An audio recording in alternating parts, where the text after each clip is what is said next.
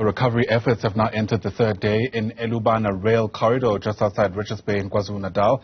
This follows a collision of two trains carrying goods after one derailed in the early hours of Sunday morning. Newzroom Afrika's Mnyandu is part of our team at the scene for us and joins us now live. And Ntando, we've been able to see the extent of the carnage through social media posts, but you're at the scene for us. How bad is it looking? Well, good morning to you, Ian, and to all viewers at home. Well, what we have witnessed from late yesterday is that recovery efforts, are continuing, as you correctly stated in your intro, that they have now entered its third day. This speaks to, the amount of damage that was caused to the railway line, the corridor, which is Elubana corridor, leading all the way to Transnet Freight Rail terminal here in Richards Bay. So we're coming to you live from Ntoyeni village, which is under the Mthethwa Tribal Authority. So the area is known as Kwesaka Mthethwa. So what happened is that two trains in the early hours of Sunday morning, two trains that were carrying goods, what we can see if I step out of shot and my colleague Sbongiseni Ngubande gives you a glimpse of what is currently happening. So two trains that were carrying goods, it looks as if it's carrying coal. They were destined to Richards Bay, and the other making its way up the Elubana corridor towards the Mpumalanga province. So there was a derailment, and then it led to a collision head-on of these goods carrying trains.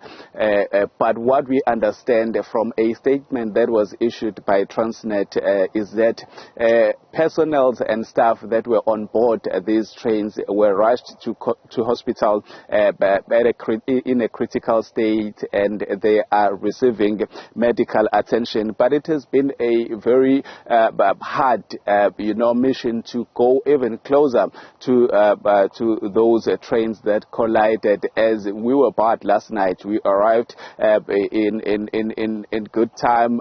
We would have been able to start giving our viewers of what is currently happening on the scene, apart from what we have seen making rounds on social media. But there was a high security presence that was protecting the scene. We were instructed that Transnet would not be commenting on this accident. What they have opted to do was to issue a statement which they said will suffice to answer all the questions that the media might have. So we had quite a very, sad episode yesterday where we had to be even threatened that, excessive force will be used if we decide not to leave the vicinity of the accident. Then we complied, myself and my colleague Sbongiseni Ngubande, we complied and we left the scene. As we were leaving, we were accosted by two cars, one branded with Transnet branding and the other belonging to security officials, telling us that, they are being instructed to escort us out of, the vicinity of the accident, and we gladly, complied. But this now puts a question as to why would they be so, restrictive with reporting on this accident. Right now, investigations are undergoing. We've been told through a statement that as soon as findings are made, they'll be communicated to the media. But fortunately enough, there were no fatalities during this accident when it occurred. But now it puts a strain, on the railway corridor. As you have seen, we've reported in the past that, the transporting of goods from other neighboring, countries and provinces, that are destined for the Transnet port terminals, be it your freight rail terminal or, those goods that are transported through roads. So there's been a strain leading to high volumes of traffic congestions, in and around the Richards Bay terminals, with some drivers even opting to divert and go to as far as Durban, the port of Durban, to deliver and offload their goods.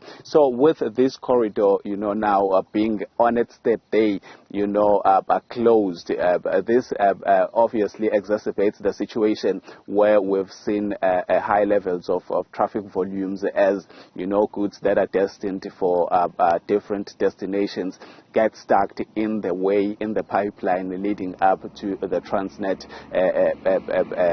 port. So right now we'll keep you updated with what is currently unfolding, but recovery efforts are underway. We've seen a large earth-moving equipment being used, so we are hoping that the railway corridor will be opened as soon as possible. But there is no official comment from Transnet. They said the statement that was issued was enough to answer questions that the media might have.